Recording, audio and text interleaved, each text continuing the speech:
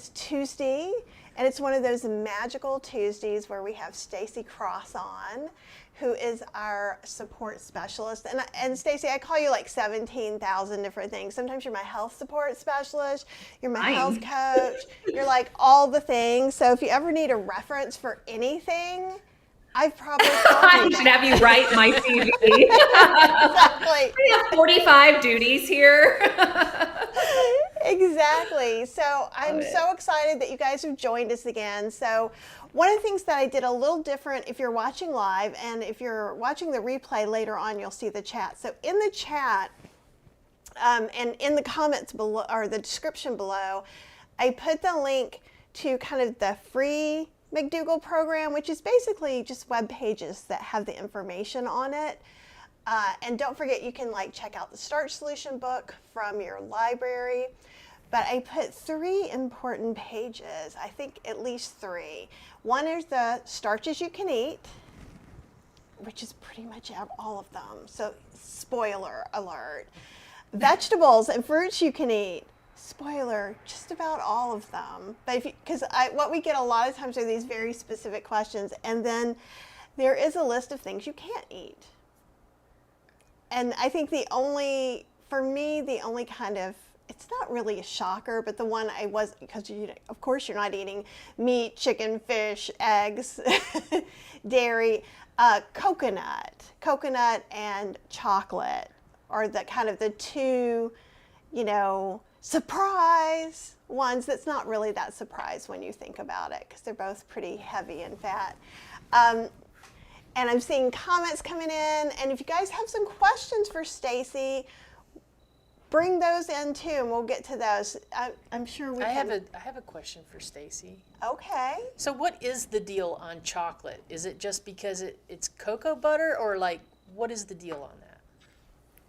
Great question. Well, we are not anti-chocolate, but cocoa butter, yes, is very, very high in saturated fat. So you want to take it real easy, and truthfully, your best bet if you're trying to lose weight is to just try to stay away from chocolate.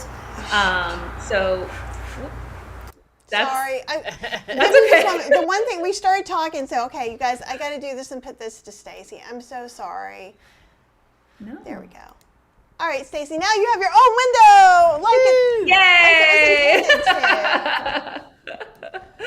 it was intended to. Do you know if they were able to see or hear what I just said, or should I They were start able over? to hear what you said. Okay, good. Yeah.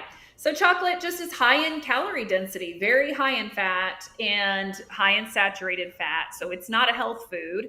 You hear a lot about chocolate being high in flavonoids and antioxidants and all of that, which that may be true, but it's also very high in fat. So something like cocoa powder would probably be your better bet. So if you made, let's say, a smoothie or something like that and you used some cocoa powder, that'd probably be fine. But chocolate, like a bar of chocolate, even vegan chocolate that you would buy at the store, just isn't very friendly for weight loss, really, for anyone on any kind of diet plan that they might be following. But so like, say we get down to our goal weight and we're feeling real fine, like, is that something that we could have every so often? Like, Sure, not like every yeah. day, but like every so often. Every Like so birthday. often. Yeah, should be. Really, when it comes to maintaining your weight, it's so individual what you can get away with and what you can't. So when we get down to that point, ladies, like when I'm working with you and we're down to the point where you're now just trying to maintain your weight, we will keep a close eye on the scale, because the scale provides us, for better or for worse, it provides us very valuable feedback about what you can get away with and what you really can't. So Right. the scale will be the one to tell us how often you can indulge in some chocolate. I will make this one confession. I do have a bag of dark chocolate, semi-sweet chocolate chips that are vegan, meaning they're made without milk. And they are at the top of my pantry, and they have like a little clip on them. And every once in a while, if I get like a real bad hankering, I'll go over there and get 1 or 2 of those. And that'll usually knock it out for me. I don't need to have like 15 pieces of chocolate. Having said that, We also just rid our house of the last of the Halloween candy. So yay crosses, because it needed to go. It was causing us all problems of many kinds. So that's gone now. Well, I can't tell you how many times Girl Scout cookies stopped us. And then as soon as we were like, okay, we're safe now, then they started making vegan ones, right? Because we went from vegetarian to vegan. We're like, okay, we don't have this to worry about anymore. Right. And so one of the things that I think, too, people don't realize, and they don't realize this because in America, a lot of our chocolate is nasty. Honestly, it isn't vegan because it's made with milk fat. And the reason it's made with milk fat is not because Americans love milk chocolate, which they do. It's because it's way cheaper than cocoa butter. And cocoa butter is delicious, and it's all fat, just like, coconut oil. It's kind of the same thing, because I used to love white chocolate, and white chocolate is cocoa butter and vanilla, basically. So you can make a nice hot vanilla instead of making hot white chocolate and things like that. But I think that it's really easy to not think about how much fat is in that, for sure. Yeah. Well, let me just speak though, because you also mentioned coconut as a, where are we with coconut? And I think you said you want to avoid it. You want to avoid, to be honest, you want to avoid coconut oil like the plague, like COVID. As much as you want to avoid getting COVID, I think you should try to avoid eating coconut oil and coconut cream, things that contain coconut, just because coconut is so outrageously high in saturated fat. Coconut oil is a tropical oil, so that would also include palm oil. There may be some other ones, but I only ever can remember coconut oil and palm oil. But both of those you really should avoid at all costs. Does that mean if you have something that has coconut oil in it, you're going to just drop dead? No, that's not what I'm saying. But the more you can avoid it, the less of a chance that it could impact you from a cardiac fitness standpoint. It's really not a health food at all whatsoever.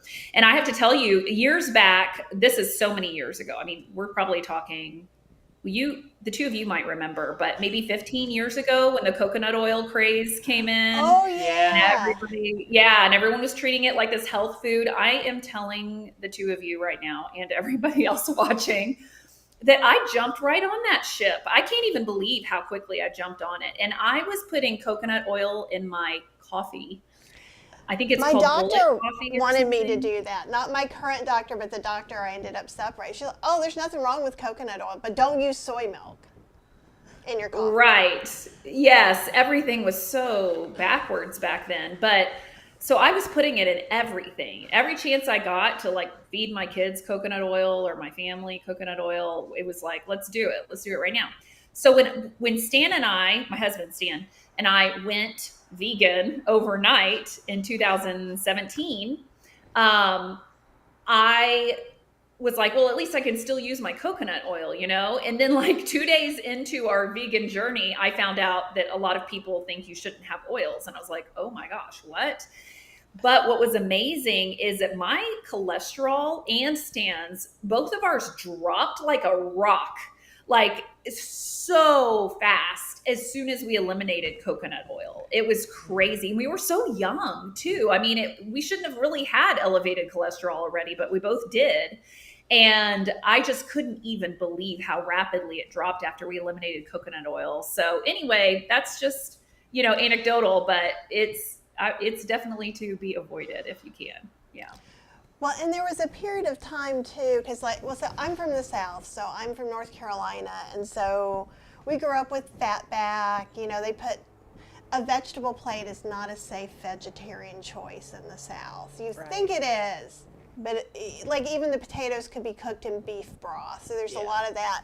So I was noticing a lot of vegan cooking that was doing vegan Southern cooking was using coconut oil because mouthfeel and stuff like that are similar, but unfortunately so are the health detriments. And while it's great to eat a lot of greens having that in there. And I remember, I don't know if it still exists, I'm pretty sure I saw like a vegan ghee recently, and I think that either had palm or coconut oil in it. I did see that at a store. Yeah, I'm pretty sure it did, and because I'm still going to pick up the label and look at it, because I'm like, somebody's going to ask me about this, but it was not going home with us for sure.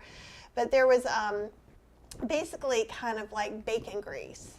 Vegan bacon grease is what they were calling it. And it was like, I think it was mostly, if not all, coconut oil. There might have been a little palm oil. There was a little bit of like vegan butter flavoring and vegan smoke flavoring in there. But one thing I want to tell all the people who are like, I can't give up my greens without my fat in it, all you need is a little liquid smoke. And if you feel, if there's a clean version of liquid smoke that really is, so liquid smoke is not some mastermind scientists putting flavors together. They burn wood, they catch the condensation. And if you have feels about that, that's okay. You don't ever have to use it. And then smoked paprika would be your other choice, which just means paprika is over some fire, catching that same flavors. But as a Southern person myself, and I love smoky flavors, I use that in a lot of things. So I think I've successfully made food that Southern people will eat, and you don't have to take away some of the taste to take away some of the things that are going to kill you. Right. Yes, and the other thing is that I think I've talked here before about chasing cheese. Did I talk about this at all? I don't think so. Let's hear this. Okay, I'll try to I'm going to summarize it really quickly because I want to discuss it in the context of the conversation around oil. So I have this phrase that I've coined. So TM, Stacy Cross, here we go.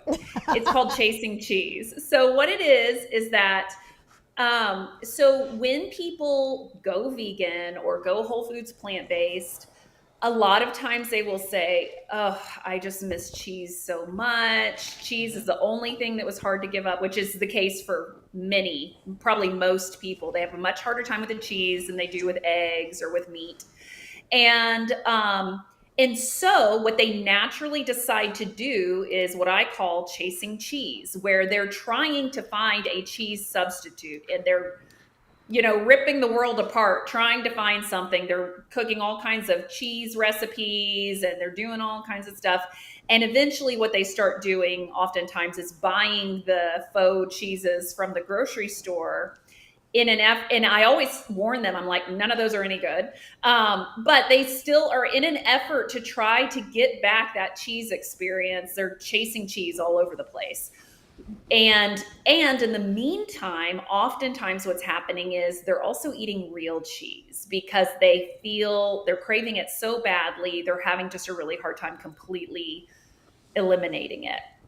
And what happens when you chase cheese is that you will never be free of it. If you're always trying to make the next cheese sauce or the cheese concoction or buy the cheese at the store, the vegan cheeses at the store, you will always be chasing the cheese experience and you'll never be satisfied.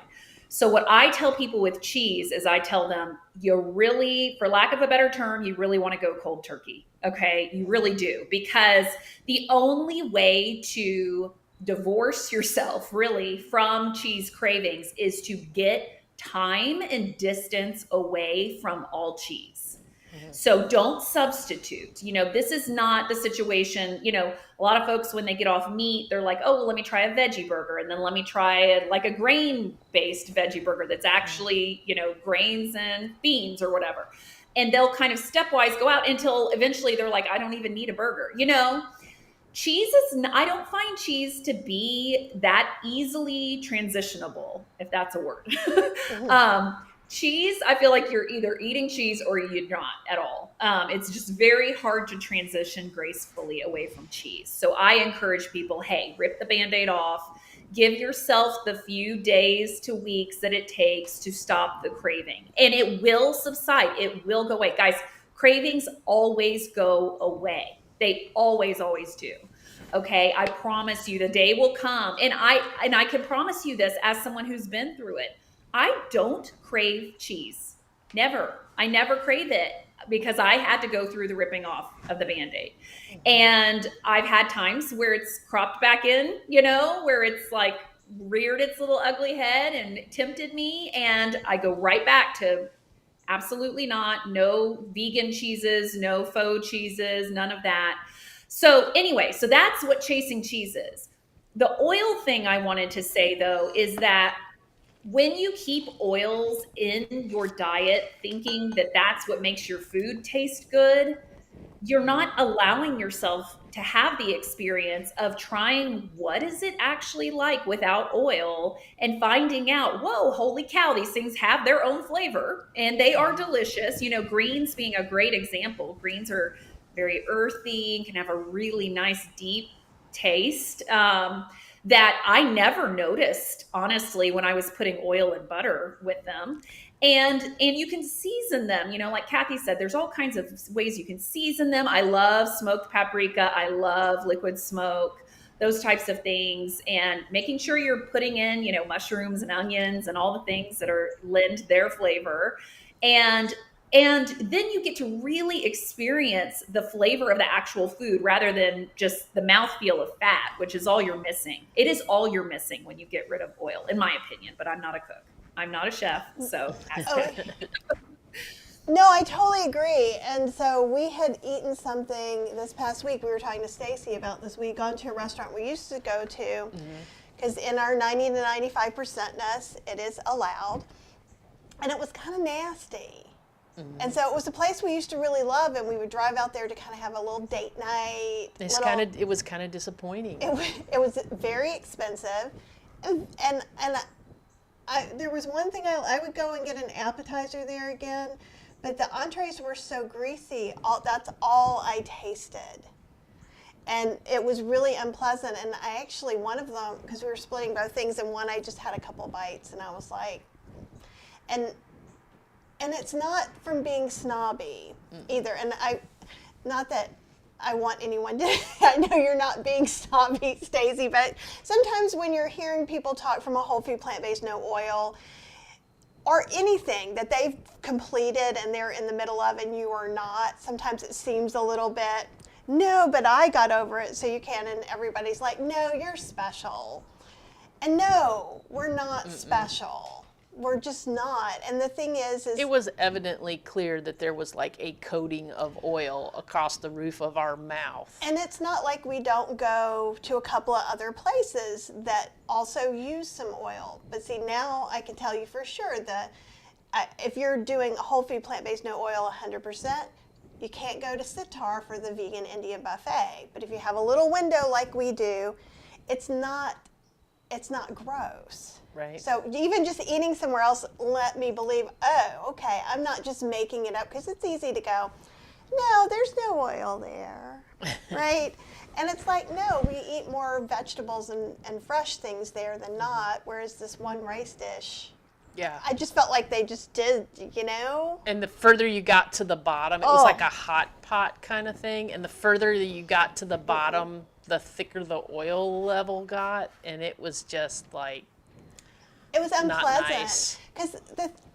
And it kills me a little bit too now, even though I've only been, 95% oil-free since July, officially, right? But when some new people, so at the Indian buffet, there's a plant pure pod that the Campbells started. And it's really a big pod in Chapel Hill. And so we sit with them, and so people bring people, there's a retirement community that has its own pod.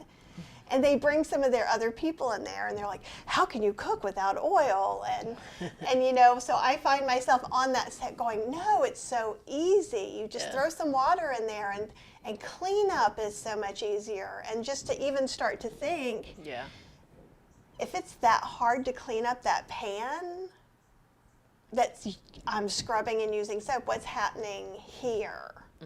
What all is getting clogged up and stuff. So I'm high on the gross out factor too, so that works for me. But I think people think it's a lot harder. They think, it seems like, ooh, olive oil. And we're having salad with olive oil, and we're having olive oil infused cake or olive oil. And olive oil just tastes not that great. It's not a flavor that I go, you know, I'm really missing that olive oil pound cake. That's number one on my list. This is terrible advice, okay? So can I just say something not on behalf of the McDougall program? Yes. Okay, you guys have to allow me that grace, okay? So this is I'm taking off my McDougall employee hat, and now it's just plain old Stacy Cross. So everybody listen to me. If you really are in doubt about whether you're going to be missing out on flavor when you get rid of oil, I want you to run an experiment. You all know I love the experimentation, okay? And go get yourself 1 teaspoon of oil, whatever oil you choose. Ooh, olive oil. For free, they could go to the vinegar and olive oil store near them because they can try just a drop there, and you can buy some yummy balsamics too. Wonderful. But what I want you to do is put just a teaspoon. Really, I'd like you to do more, but I don't want you to just wreck your day. Yeah. A teaspoon of just whatever oil you think that you're missing, and put it in your mouth and really get it around in there. Swish it around like you're trying wine or something, you know. Get all the notes. I promise you will not enjoy it. Oil is not an enjoyable flavor. What it does, just like Kathy said, is it gives a mouth feel, which is like my husband's least favorite word. He thinks it's the grossest word ever. So he loves it when I share public details about him. Anyway, that's all it does. It gives you that feeling of you're eating something with fat in it. And what Kathy said, she just nailed the thing entirely, where she goes, we're not being snobby. We're not like, oh, you know, we don't need that. That's so gross. Not at all. I promise you. Oh my gosh, y'all, Stan just texted. Is he watching? He commented. Oh my God, I like being red. You see his comment? Oh, He's here, like, let me go down. I was saving word one, ever. but I can come back. Oh, that's awesome. Oh my gosh. Hey, Stan, I just went thanks for hanging so red out. hot. Anyway, holy cow. Let me collect myself. I'm putting my fan on. That's hilarious. But like, no, okay, so you guys could only see Stacy during that. And I'm like, well, and I have gone to the olive oil stores. And every once in a while, I will taste an olive oil in the past.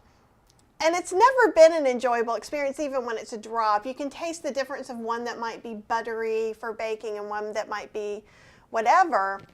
But balsamics are an enjoyable experience. Yes. So like, I would encourage you that if you've been wanting to go to your vinegar store, do that. You can try that drop of oil to see. But it's shocking. And Yes.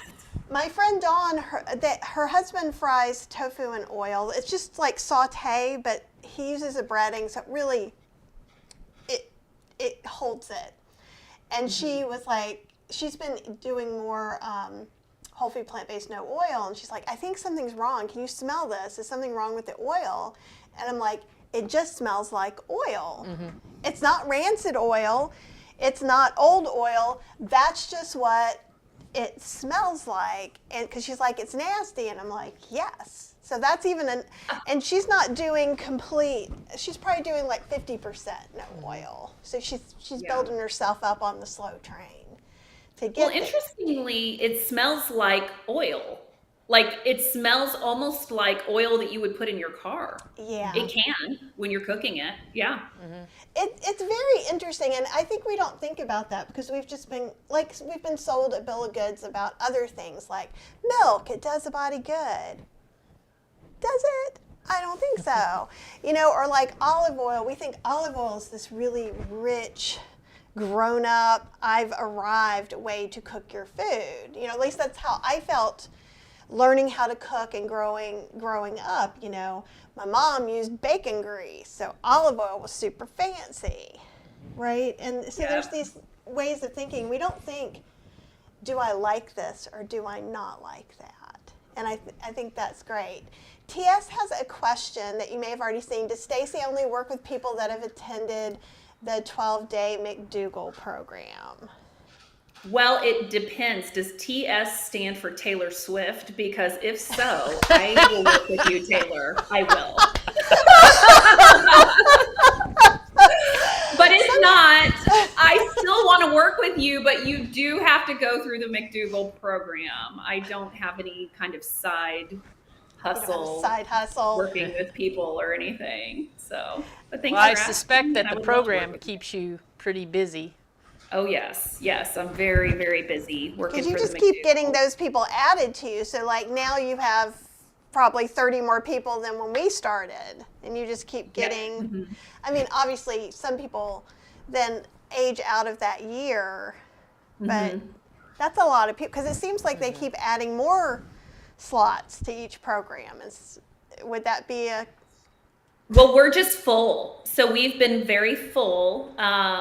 We've been oversold the last couple of programs. So this is my little shout out for if you are on the fence about January, you might want to hop off the fence as soon as possible because it's filling up quickly. But yes, yeah. So we're very, very full. So yeah, we get a bunch of people every program, but I'm busy, but not overwhelmed busy, and I really love what I do. So it's fantastic, and I would love, TS, I really hope you, if you can one day, would love to have you come through the program and would love to work with you. Oh, that's awesome. Jewel said, I've been dairy-free for years, and I did try the potato and based cheese sauce, and I did enjoy it. And I make a lot of things with oats. So I have an oat cheese sauce and an oat queso. I do agree with you, Stacy, in that if you're transitioning, I don't think it's a good transition sauce. Well, I meant, as soon as that came out of my mouth, I realized, oh, wait, what about the ones that are like veggie based and all of that? I actually do love those. And I think that's totally fine. That's not exactly what I mean by chasing cheese, because I think in that case, you really have to see it as its own thing. What I tell my kids is I'm like, this is a veggie nacho sauce, or something like that. Cause it is more like a nacho sauce, and it's really great as like a queso if you put Rotel in it. So a lot of those I do that too. Oh, yeah, and so I wasn't good. taking that you were being anti whole food plant-based no oil cheese sauces, but I do think so. If Cheryl just ate cheese yesterday and I gave her my oat queso, that is not the bridge that she's looking for. I think once you've kind of had a break, even if it's just a week break. Which is why I did the whole, no, I'm not going to eat a pizza without any cheese on it and try to like tell myself this is okay. And then we had a pizza without any cheese on it, and you like loved it. It was great, but also it had magical crust. I don't think they put any oil on that crust at all. It was somewhere weird, so you would think they would, but it's like the driest, crispiest, most yummy crust I may have ever had. But, the thing is, I kept saying, no, I don't want, like, she was like, I can make you a pizza. And it was like, yes, I know you can make me a pizza. But the day before we started the McDougall program, I ordered Domino's. So, like, I needed to get some space between me and my Domino's habit. Yeah. And even because like I have a few little tricks that if I'm craving something cheesy, like to me, queso is something special. If I would have a really hard week, my treat would be I'd have my margarita, I'd have my queso and some chips. And now, honestly, I have non-alcoholic tequila. And I drink on occasion, but I just want the little fun drink. I want my little oat queso and my baked chips, and that's just as good for me. That fills that thing that I want like every few months, right? But I think that you do have to look at it in taking a break sometimes from things that you're wanting to go away from. Like, Lydia was saying, as an Italian, it's so hard to let go of my olive oil. And I know Nona, I don't think she's here today, but Nona's in Italy. So it's almost impossible for her to get anything without olive oil where she lives in Rome. I don't think that's just a Rome problem. I think that's an everywhere problem. Everywhere you go. It is, but it's a little different in Italy in that she's friends with people who grow their own olives and press their own olive oil. That's so true. it's a different kind of trip. Like here, we're just going to the store. We don't, it wasn't our, Pawpaw's best friend's olive grove. So I think that comes with an extra baggage a little bit, but that's my opinion. Is there something that you would say if, other than just try going without it or try taking a mouthful of it?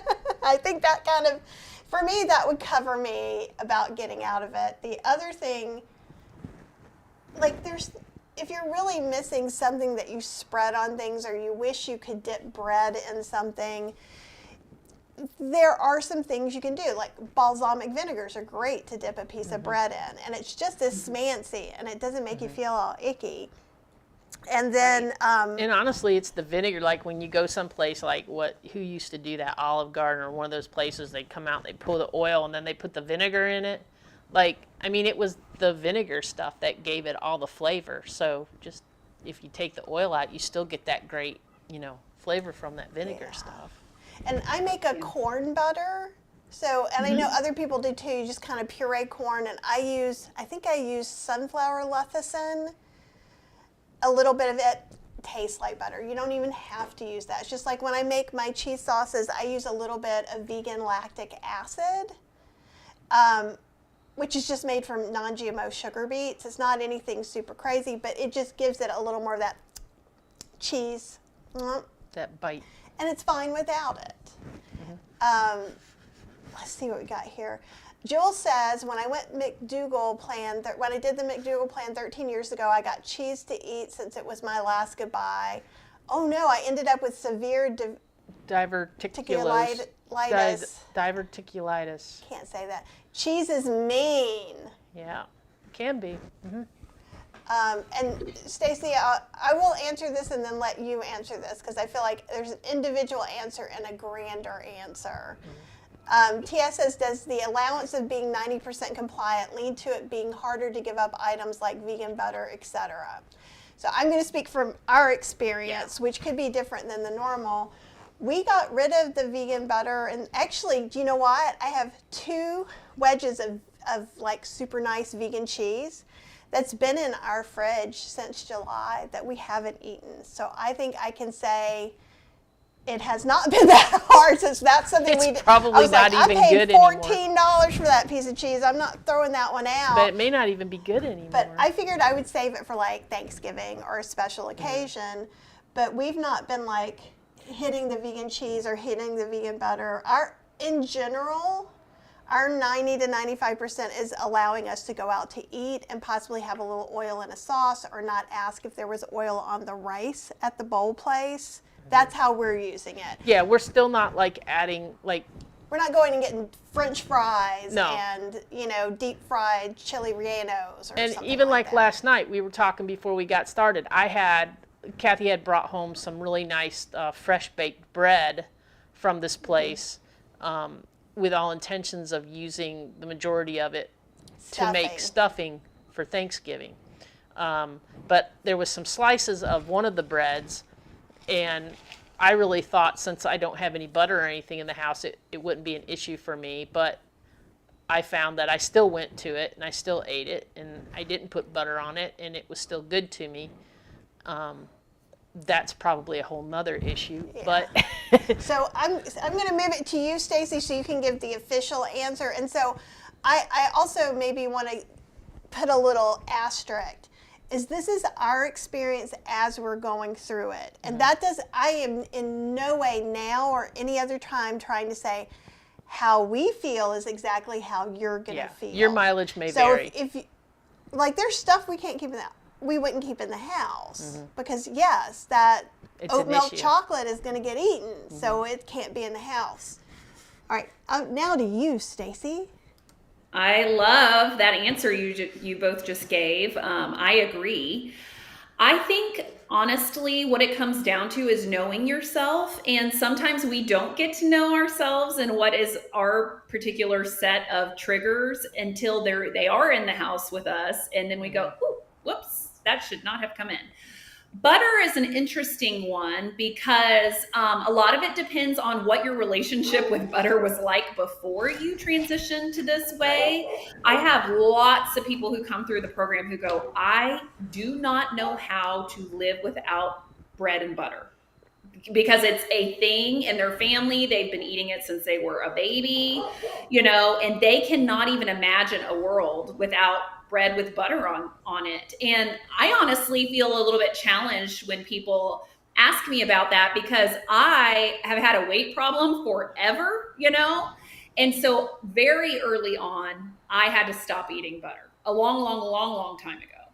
So when there's something with vegan butter in the house, I'm not even tempted because I haven't just sat down to a piece of bread with butter in forever. Now, having said that, before you start thinking, wow, look at Stacy and her willpower. No. Okay, if you bring a baked good, it doesn't even need to be good. Okay, it can be 100% mediocre and terrible and possibly even bad.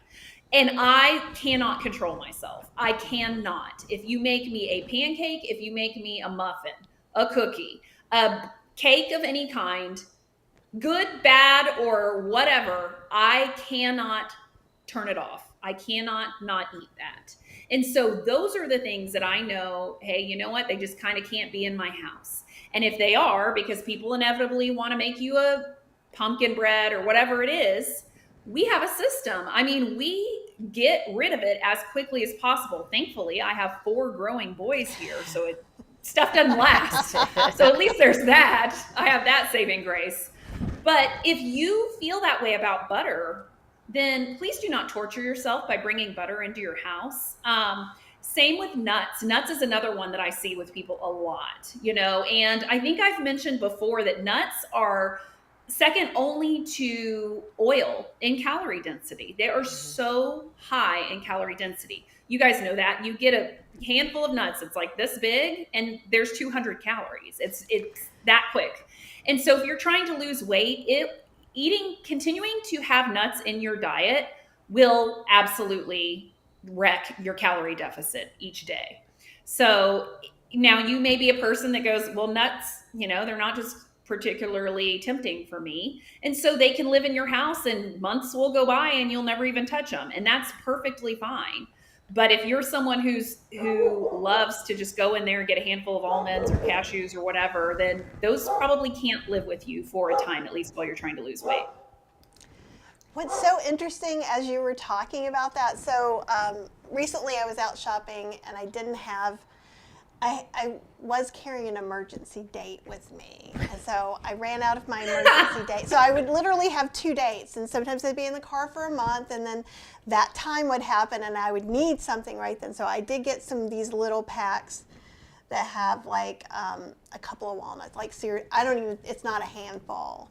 And I've eaten one of those once, but it's only in the car. It's only for emergencies. And if I don't do it on an emergency, they will no longer be there. So when we're talking about how we make rules, so like if I bought them and they were already like dug way into, then I would give them away immediately.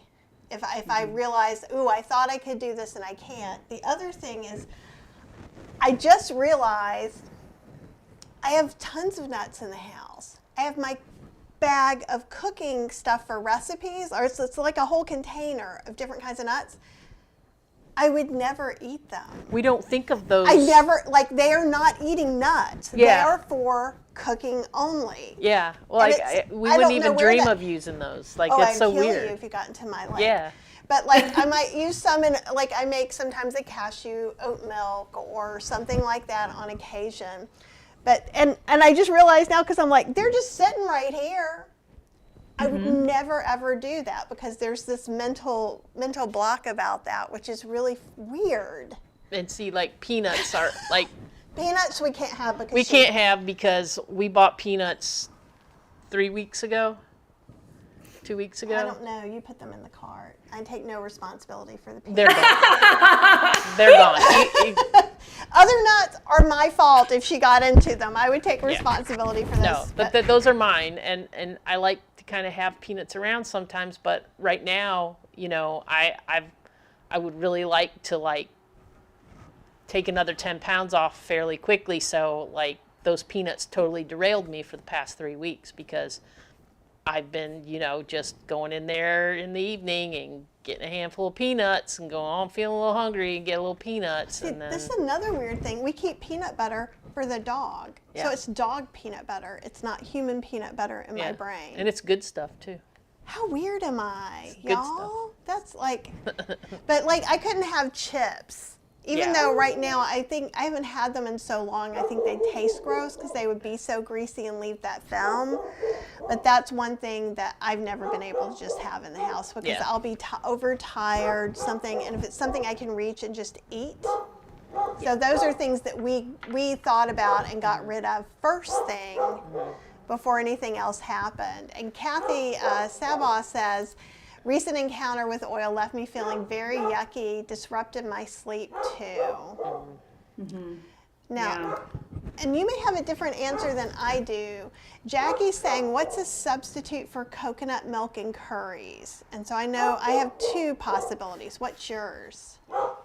I would just use soy milk and then a little bit of that Adam's extract, the coconut extract, a couple little drops of that. What's yours though, Kathy? You would know better than I. That's one of mine, and I just bought, I'm getting ready to do an experiment, but I got some California balsamic coconut white balsamic. Oh, And I want to try that in with some non-dairy milk for sure. And one thing, any kind of non-dairy milk would work. It's plain unsweetened. But I've been making a lot of homemade oat milk. And if you make homemade oat milk and make a gravy with it, it will thicken itself. So I think that might be interesting to experiment with a Thai curry. That sounds great.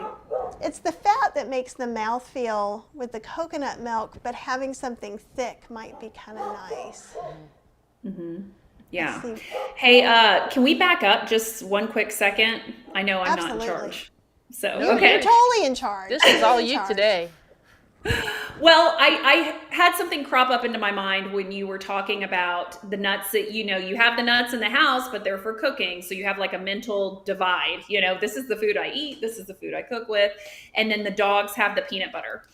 But I wanted to speak to something real quickly because that reality exists in my house too, by the way. But I have learned from experience that all it takes is going in there, we have this conversation, and I'm not saying you're going to do this, but this is a perfect example. Let's say we have this whole conversation, and in the course of this conversation, your eyes have been opened to the really good peanut butter that the dogs have. And so you go, I never eat that. I'm getting in there and I'm eating it. And so you get in there with your bread, that you got for the stuffing, and you start dipping that in the peanut butter jar today. And then tomorrow you remember that you did that. And so you do it again. And then maybe you remember a third time, the third day or whatever. It is that quickly that we can take foods that in our minds, maybe completely subconsciously, we're off limits. And suddenly we're setting up a whole new habit. And so I just wanted to throw that out there because we all need to be on guard, recognizing that just because something isn't right in this moment, particularly tempting for us, it doesn't mean that your body won't scream for it at some point, and that you need to be paying attention, because it's so quick that we can adopt a new habit that isn't serving us and our goals. And then you have to go through the process of undoing that habit, which is always a painful and bumpy road. And so anyway, all that to say, yes, we have our things. You have to know yourself, but you also have to know you can always have a food become an issue. If you give it even a couple of days in a row, 2-3 days in a row. So yeah, Hope that helps. And that's really interesting to think about. Like, I think the thing is and the dog is back here if you see us wiggling around, everybody. He's probably heard peanut butter too many times, is what's going him a on. cookie It's a real little quick. bit of it. But Okay, come on. I don't trust sometimes that Cheryl doesn't double dip. Like, we have this little mat that we don't always wash in between. And so I'm always like, so to me, it truly is the dog peanut butter, because I'm like, Yeah, don't when eat I that. lick Yeah. after the dog, probably not. But I do see what you're saying too. And one of the things that I feel really good that Cheryl and I do is, like, even if we go someplace, like, so we kind of like debrief after all these things, and we debriefed after that restaurant that we won't be returning to, right? Because there are there's a great Vietnamese place there that when we go and we eat there, we feel really good when we leave.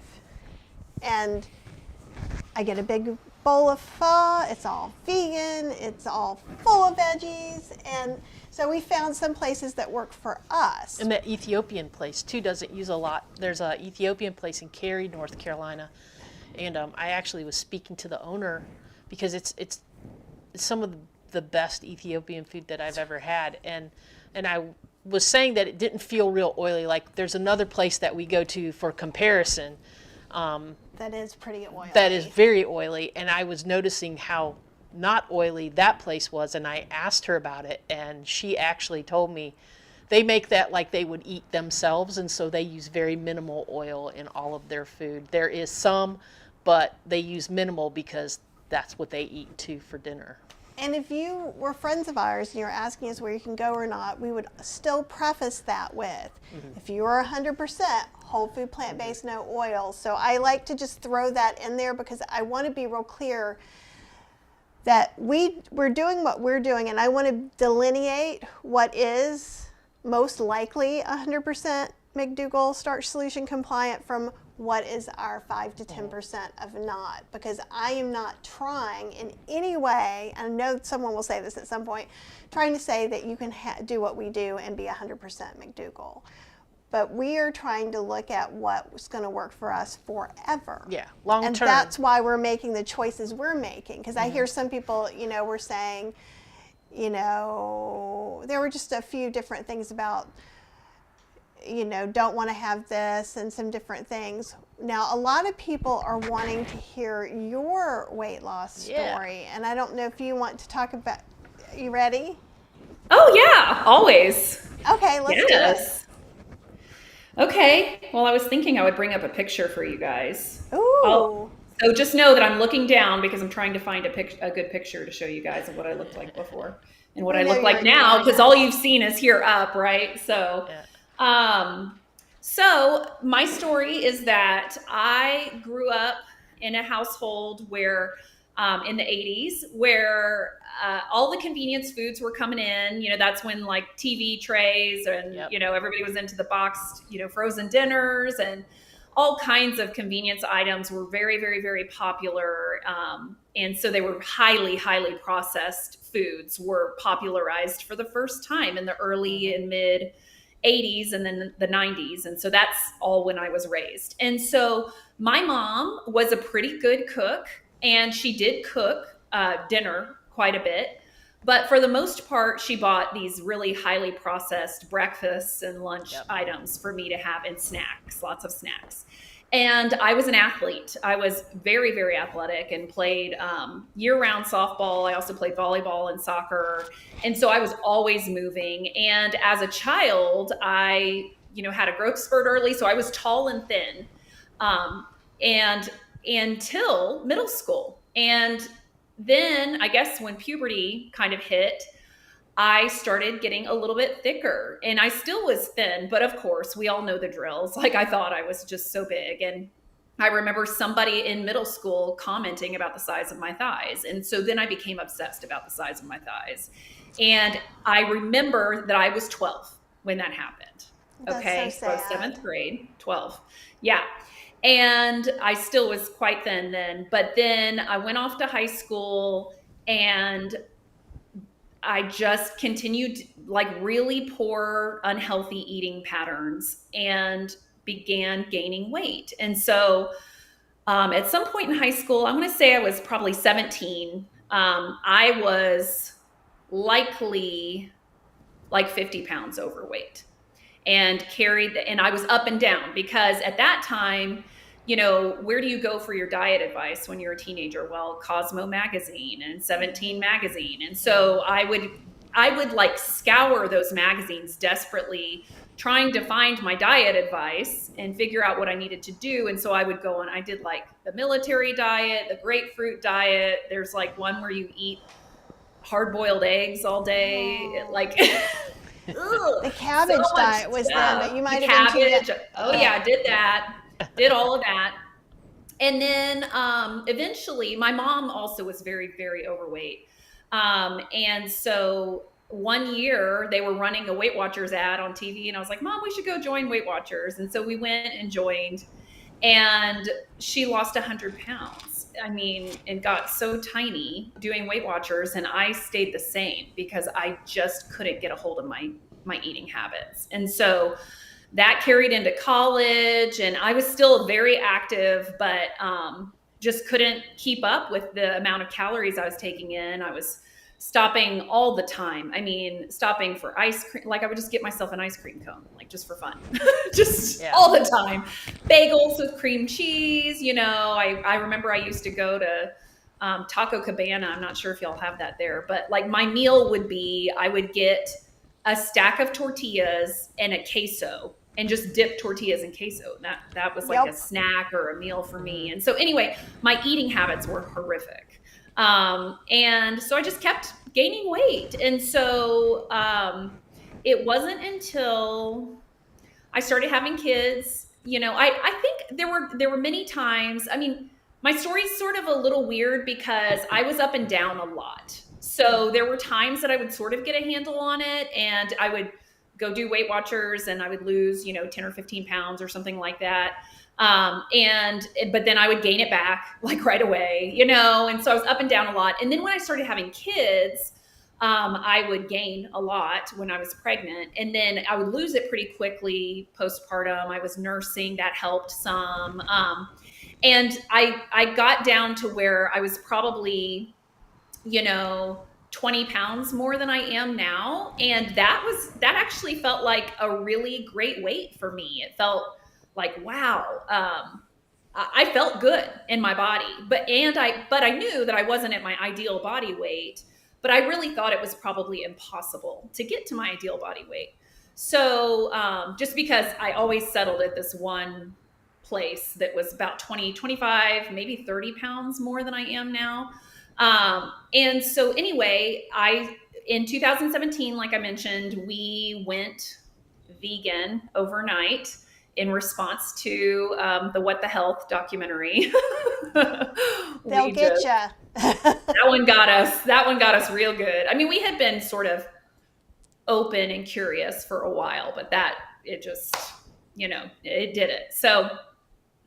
And so then very quickly after that, I started looking up all the doctors that I had seen in Forks Over Knives, and I found Dr. McDougall and read the Starch Solution. First, I listened to it, which I always recommend people listen to the audiobook of Starch Solution. It's just, I think if you have Audible, if you are an Audible member, I think you can listen to it for free if you're already an Audible member. Yes, and I got it through our local library. They had it for free, the audio version. So anyway, so I listened to Starch Solution. We started eating that way. And at that point, I think, I had probably gained some weight since the last time I had lost. And so I was able to easily lose that just doing the Starch Solution. And then I got stuck again. I got stuck at that weight that I thought I could never get below. And at that point, I also was looking for a new job. I'm a nurse by trade, and I have a bunch of interesting experience that makes me, I think, equipped to do my job that I do for the McDougalls. And you're very good at it. I want to vote for that. Thank you. You're so kind. Thank you. So Heather hired me, but I was still, I think when she hired me, I was probably 20 pounds more than I am now. So, but I started, I just started practicing what I was preaching, and I started leaning more towards the principles of calorie density. and more towards the principles of maximum weight loss as much as I could. I was trying to choose those wet, cooked, water-rich starches and the fruits and vegetables. And it just clicked. It finally clicked, and I lost the weight. So I'm 55 pounds lighter than I was at my highest. Now, some of you all may have this experience where you don't actually know what your highest is because you stopped weighing yourself at some point. Mm-hmm. So I'm 55 down from the highest weight I saw on the scale, but I may have been bigger than that at some point. So, all right, now you talk so I can find these pictures to show you. Okay, and I was just going to say that how you grew up was kind of very similar to how I grew up. I was a latchkey kid in the late 70s, early 80s. Everything in the house was processed foods and TV dinners. My mom and dad both worked, and so there wasn't a lot of time for mom to cook and stuff. So in the beginning, it was fine because we lived in the town and near the town where both my grandparents were. And so, lots of times I'd get shoved off at one of the grandparents' house, for a weekend or a week in the summer or whatever. And then I would eat a lot of home-cooked meals. But during the school year when I was home, and then we moved 2.5 hours away from them when I was in junior high school. And I was still very athletic. I still did a lot of athletic things. So I never really noticed all the junk that I was shoving in my face. There was lots of Kraft macaroni and cheese. And I would cook these things for myself. So it would be lots of like canned chilies, Kraft macaroni and cheese, things like that. And then like after softball practice, I would ride my bicycle home, and I had to pass a Dairy Queen, so I would always stop at the Dairy Queen and get a peanut butter parfait, and I never really it was just like, this is what I do. And I was a chubbier kid, but I wasn't so chubby that kids called me names for being chubby quite at that point. And then my freshman year, I was pretty thin because I was really athletic my 8th grade year, and my freshman year I played softball with the high school team, and that actually really kept me active. And then I started lifting weights and stuff and started bulking up so that I could be bigger and better softball player, right? And then then the really bad eating habits started kicking in that were actually slightly perpetuated by playing softball because we were a team of eaters, and all the coach had to do was say, if you win, we'll eat steak. If you lose, you got McDonald's, right? And we were always like, oh, we want the steak. So, Stacy, you had the similar experience? So, and then absolutely. In college, then it all starts to catch up with you because now you're a little bit, once you quit playing the sports and stuff, then it catches up with you very quickly when you're not as active. And it just, once I got a desk job, then that was all she wrote, right? It all just came on. I think at my highest, I was 287 pounds. Wow. Stacy, do you have those pictures? Yeah, I do have some. Now, I have to say my after pictures, the lighting is not super clear, but I will do my best. You're so funny.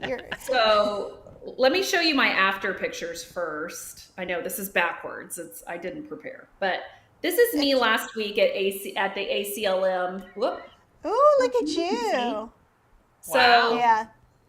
Hold on, let me give you a better one. Teeny tiny. Yeah, thank you. Thanks. And let me give you a couple. So there's that. And then let me go back to my before. I'll show you a couple before pictures, and then I'll try to get you another after one because that one, the lighting wasn't so good. But this was me while I was in nursing school. So I was just big. I was cute, y'all. I was so cute, but just bigger. There was more of me to love. And let me give you another one, a better body picture. By the way, I didn't take a lot of body pictures at this time because I was not happy or proud of what was going on. There's one. Oh, so cute. Oh, that's a And cute haircut, 100% too. lovable, just as lovable as I am right now. But oh, this is a full. I don't know if this is a great. This is a professional photographer friend of mine took this, so she made me look better than I did. But there's more of a full body. I think I look actually pretty thin in this one. But anyway, okay. So let me give you a better after picture that you can see. Oh, you know what? This is good. I took an actual official after picture. This is helpful. This was after a run one day, so I'm a little sweaty, but this is there. Wow. That's me. Yeah.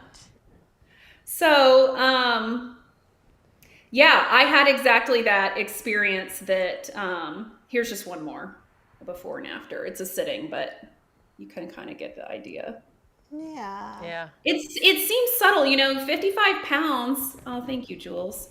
In pictures, it doesn't seem like that much, but I fought really darn hard for every one of those pounds that I lost. No, I get it. And yeah, but more than even just the way that I look, I can sit comfortably in a chair, which I felt like I could never get comfortable before. I mean, I don't know what was up, but I just couldn't. My legs never felt comfortable. I just was always uncomfortable. I always, had my gut hanging out over my belt, and so my pants were never comfortable, and the up and down was really disheartening. It's a very defeating thing to feel like you're just always, you cannot get control of your weight. So those are the main things. And then just, I feel so capable. I feel a lot of energy now that I didn't feel even a decade ago or 15 years ago. So those are the things that I find are the biggest difference for me. Yeah, I mean, I think I've been fighting, with my weight up and down for probably 30 years, right? And I got up, I was 287 not that long ago. It was probably 2 years, just before the pandemic. It was the year I went vegan. So it was 2019. I had gotten up to 287 pounds. But Stacy, your story is amazing, and I think it's so relatable. So thank you for sharing it with us. I know we've got a bunch of some questions that may or may not have to do with what you just said, though, because I've been saving them. So are you okay with taking a little rapid fire questions? So one thing was, Delia is saying, is the powdered peanut butter okay? So I'm assuming she's talking about the defatted peanut butter powder. Should be okay. Just try not to use it a lot. Just use it as a condiment, any other condiment that you would use sparingly. Just remember that it does have some fat in it. So it's not the same thing as using ketchup or mustard, So just use it carefully. Don't go too crazy. Yeah, and I do some peanut sauces that you'll just put a couple of tablespoons in, and that's for a whole multi-serving of a meal. Yeah. I agree. If you're using it to reconstitute and make it, you may use 2 to 3 tablespoons of powder for a piece of bread or something. Because I make frozen treats for the dog with it. So, nice. And Rilla's saying, I have been startled about the amount of cashews, tahini, and nut butters used in holiday baking. Can you comment? Yeah, just that people are willing to go a little bit more rich on what they're eating at the holidays. And oftentimes they're trying to satisfy their friends and family that don't normally eat this way. And so I actually kind of really believe in that. I think go ahead and do a little bit of a richer recipe when, if you're taking something to a holiday gathering. I mean, there's no shame in showing up with a pan full of just, Instant Pot potatoes with nothing on them, but people aren't going to be excited about that. Whereas they might be excited to try a plant-based dish that you made that maybe has a little bit of a cashew cream sauce in it or something like that. So around the holidays, people what they're going to do is they're all going to complain about the fact that you eat vegan and you can't eat anything that's there and you had to bring your own potatoes, but then they're going to eat all your potatoes and you're not going to get anything. Get your serving first. That's this is my holiday announcement to all of you. Bring lots of food. Do your plate before you sit it down. Because it'll be gone if you go back for seconds. You're going to be shocked. Even the people who are going to talk about veganism in a very bad way, they're going to want your food for sure. True. And I think one of the things too to kind of notice, like, so we talk a lot about the Starch Solution and Dr. McDougall. There are lots of other doctors and programs in the whole food plant-based space and the whole food plant-based no oil space. Because in general, everybody's kind of on the same page. In specific, everyone moves off a little bit. So like Dr. Campbell, Forks Over Knives, those recipes typically are more nut heavy because those are not, they're not at least advertised as weight loss diets, though people do lose weight on them coming from a standard American diet. Whereas I think a lot of people, this is my opinion, who are doing Dr. McDougall are either looking for some sharp health turnarounds or weight loss or release. And so from where I'm sitting, that's why we get more specific. I think when you look higher level, if you look at everybody's holiday recipes, they're a little richer. And it is because we're sharing with other people. We don't want to scare the masses. We want to make them happy. But that doesn't mean, you know, maybe you have a nut allergy. Maybe cashews just aren't even, that's just not a possibility. And you can make all the things you make with cashews pretty much with rolled oats too. So know that. So look for the right recipe for you. Let's see what we got. Ooh, Rebecca is down 3 or 4 pant sizes and find eating more and more Starch Solution diet. My appetite has changed. Food cravings have decreased substantially. And I would like to say that even over the 12-day program, we noticed in just 12 days. Changing. In 12 days, our taste changed drastically. And so I know that also sounds like another one. Sometimes, you know, oh, well, I just don't even want that. And you're kind of like, I think, you know, it feels a little door-to-door salesmanly like sometimes if you're thinking of it that way, but just try it. See if it happens to you. Be curious about it, right? And also don't forget that being whole food, plant-based, no oil doesn't mean you can't use any seasonings. You can't use anything. That's not what that's about. So it can still be delicious too. And you don't have to use things if you want your plain potato and your plain sauteed greens. I'm happy for you. I'm going to put a little liquid smoke in mine. A lot of times at our house, we'll have the same base plate. We talked about this a little bit last night with vegan JJ, and it's like we'll have the same base plate of like rice or potatoes or something like that, but then I'll be like, I just want some vegetables with this today. I just, you know, I'm happy with just having my kids mix and maybe some green beans and I'm fine with it. And then she may be like, I really need something on top of this. Maybe making myself a pear apple cider rosemary sauce. Yeah, I mean, which is just nothing but pears blended up with apple cider vinegar and rosemary. And then she'll be like, here, try this, and then I'll try it. But sometimes I'm mostly still like, yeah, I just want my stuff.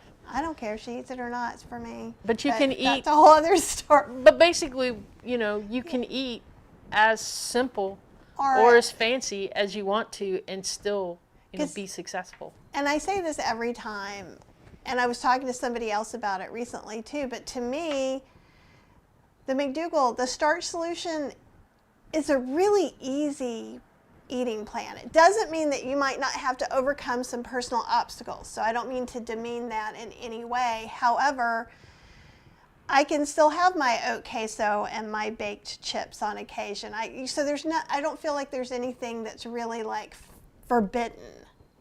Well, you know, there are a few coconut, but you can still make a Thai curry by using some coconut flavoring and stuff. So you can still have some of these other things. Forbidden for us because you've been vegan forever, and I think it might be a little different if somebody wasn't always vegan. Like, I think there's a lot of people that start McDougall, and Stacy, you can tell me if I'm wrong or not, but I feel like there's a lot of people that when they start the McDougall 12-day, that is their first foray into not eating meat or dairy or eggs. And so it's kind of like a big, like, whoa, kind of a little bit more whoa than it was for us, see that, right? But I just think I know we have vegan friends who've been like, how have you lost weight? Whole food, plant-based, no oil. And they're like, and literally, it's true. Sometimes they don't even say anything, but there's that. And it's like,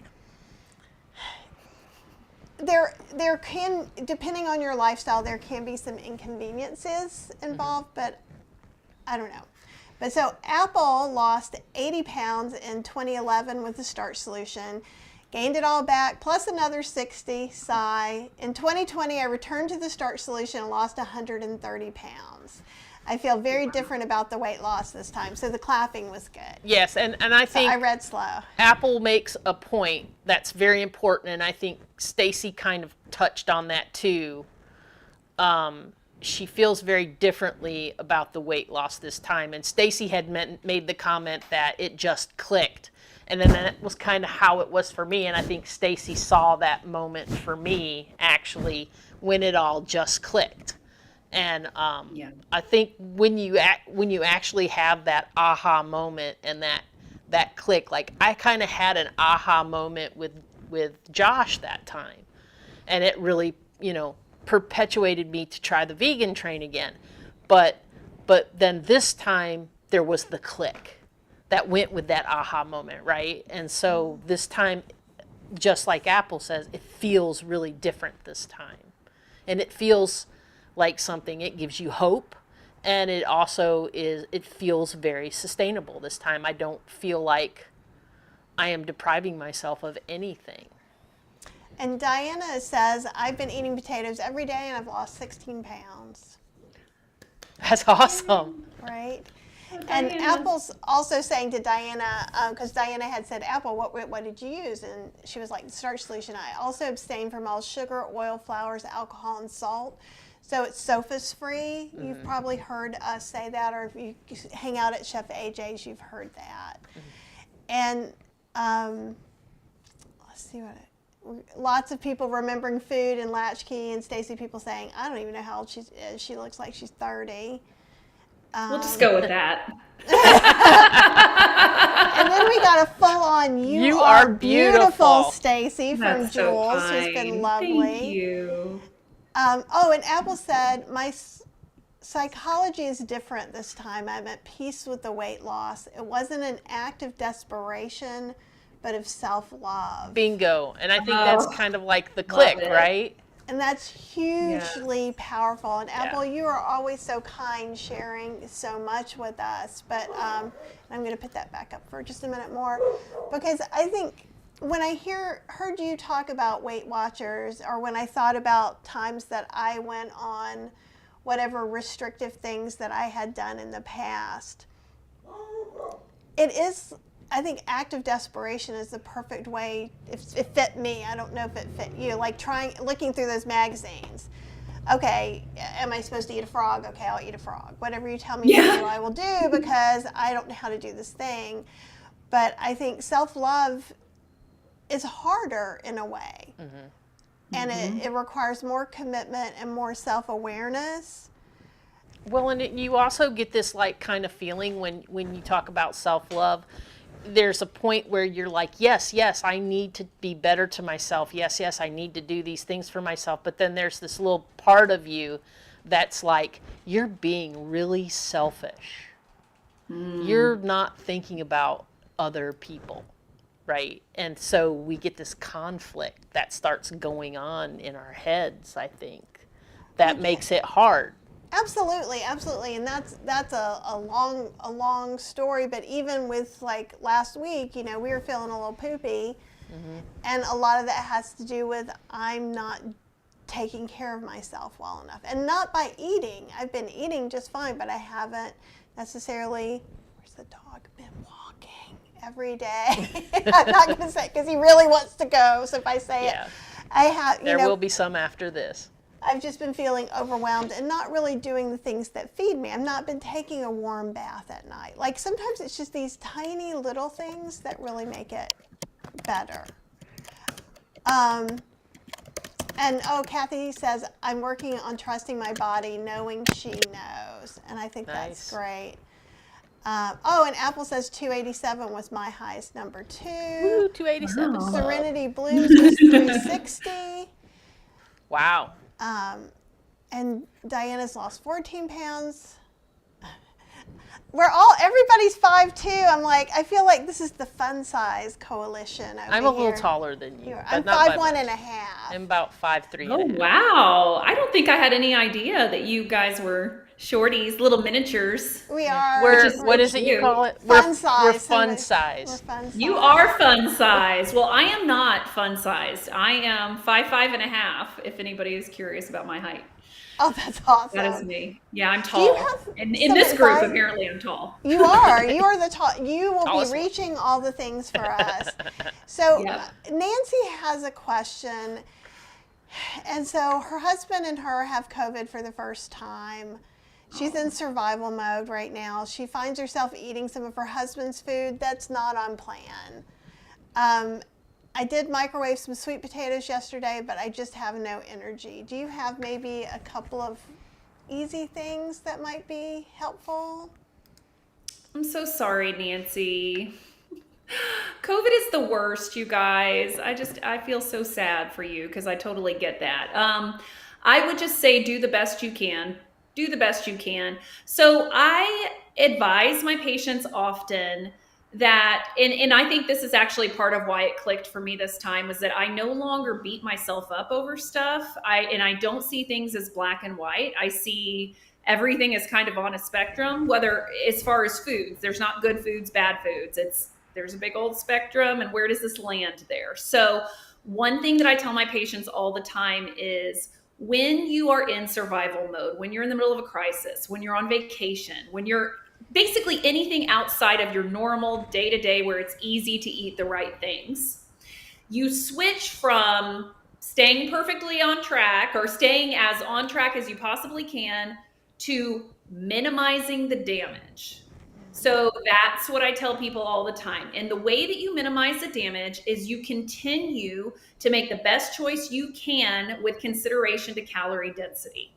So if you are just going, I cannot eat a potato right now, it's too mushy, I can't do it, and you're looking at your choices in your house, I would rather you eat some whole grain bread with a bowl of soup than eat, 8 spoonfuls of peanut butter, with crackers. Peanut butter being way higher in calorie density than bread. Bread is still pretty high in calorie density compared to a potato, but you're minimizing the damage. You're not making the perfect choice, but you're making the better choice of your options. I love that because I find you to always be the voice of reason when we're talking about things like this, and it's one of the things that really keeps McDougall and the Starch Solution really accessible, because life doesn't stay at one level. And so I like that you help us prepare for that. And Apple says, Nancy, that's a rough place to be, and my heart goes out to you. May I suggest you give yourself some grace to get through this, and then when you have the energy, do differently. We're here for you, and we as a community are for sure. Yeah. And Mona's mentioning, I believe this is going back to the holiday foods. Mine will be somewhat richer for others. I'm still struggling to stay away from the higher fat foods. And I think sometimes at the holidays, and it depends on your situation and all of that, obviously. So there's no one size fits all. But if what you're really trying not to do, is eat the Moravian sugar cake. That's something that's from where I grew up. And it literally is just sugar and marjoram And on this a time little of year, cake. they start showing up everywhere. And so if I was really craving that, it would be much more, it would be great if I just did some cinnamon crumble muffins that had no oil in them. And maybe that's not something I want to do all the time. But I tend to, even when we were in the Starch Solution, I made us some banana muffins with a couple of chocolate chips on the top. And we split one every day. Well, actually, no, that one batch lasted us for 6 weeks. Isn't that the batch that you pulled out of the no, freezer last night? And so that's the pumpkin bread that I made a month ago, and we finally are starting to eat on a little bit of that. But it's not luscious. It's no fat, sweetened with dates. So, I mean, it's not, it doesn't trigger that. I don't know, if I went to a muffin store and had all the vegan muffins, I would feel very differently about those. Those couldn't come in my house. Right. Let's see, are there? Can I make one quick holiday suggestion for Yes. the person Yes, who said they're worried about the high fat things? Okay, so I don't advise people to just go live under a rock and miss the holidays, unless they really need to, unless they feel like they have no control with the food and it's going to completely derail them and make them totally miserable. Like occasionally people can choose that and just stay home and whatever. But a compromise may be that you take, like I said, a pan of baked potatoes. For me, that would be the Japanese sweet potatoes because they're my very favorite. And take that with you to your holiday gathering. Like Kathy and Cheryl said, make sure your serving is taken first because other people will want to eat them. But have a gigantic baked potato or whatever your equivalent is. If you don't like potatoes, do rice or whatever, mashed potatoes. Make sure that you have plenty of that and you eat that first, and maybe with a salad or something like that. And then all of the special holiday foods that you only get access to once a year, should you decide you want to do so, you can take a little sampling of each of those things. But by filling your tummy up with a baked potato first, or a bowl of rice or whatever it may be, starch, right? So you need to eat a starch and get your tummy almost full on that. That's what I do. So I will eat my big giant sweet potato first, and then I go back for seconds and I get what everybody else brought, and I have like this much of each of them. So I've had the experience. I have not deprived myself. And by the way, I only get the foods that are special. So if someone brought, a bowl of candy or something like that, I'm just like, I can get candy anytime, but I cannot get my mother-in-law's, pumpkin pie anytime. I cannot get my sister-in-law's mashed potatoes. I can't get my sister-in-law's broccoli casserole. These are things that I only have that one time of the year. And so I get a small little bit and I'm satisfied because let me share this with you guys. This is so awesome. A girl that I met through Weight Watchers many, many years ago, she used to have this mantra that she used that really just stuck like glue in my brain, and I love it. She would look at foods that were like those rich, yummy, like deliciousness bomb foods that are totally unhealthy. And she would look at that food and she would go, only my taste buds want that. So when you think about that the rest of your body does not need, candied yams. Only my taste buds want that. So why shouldn't I just fill my tummy with the food that the whole rest of me wants first, and then give my taste buds a little bitty treat and have a taste of each of those foods? Because ultimately, when all is said and done, you will be satisfied with that small, tiny little portion, if it's true that food, only your taste buds want it. It's just right there, You don't need very much. Now, I want to mention one other thing. If you are a person who feels like you are in the throes of like addiction, food addiction, I know it's a controversial subject. Some people say, it doesn't exist. And other people are like, yeah, it does. I can just tell you from my experience, I have definitely had addiction-like experiences with food. Okay. So to me, it does exist. If you're in the throes of that, I am not telling you, hey, you have permission to go eat whatever on Thanksgiving, because that may derail you. So again, the answer is know yourself and be honest with yourself. Will it derail you to have those little bites that I mentioned? But if it won't, that may be the most graceful way to approach Thanksgiving or Christmas or whatever holiday you're going through with your family. I love that you mentioned that too, and that it's both good and bad. Sometimes it always comes back to kind of knowing yourself and experimenting and seeing. And I do agree, if you feel like you're in a fragile state for something that's going on, maybe this Thanksgiving isn't the time to experiment.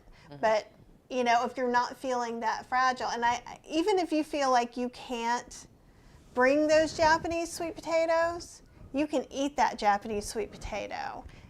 Get a big plate of salad, bring some vinegar, or bring salad, whatever you think is going to be most socially acceptable. But don't come super hungry.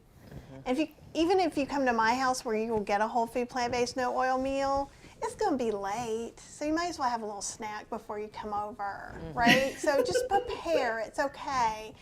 And we're talking about this one thing, and I kind of wanted to bring up, Lydia said, in the 90s I was dealing with a food disorder, and I was very restrictive on myself, and I'm always afraid to go back there, because I think there are two things that we kind of talk about. One is kind of overdoing it, and there's also the opposite issue.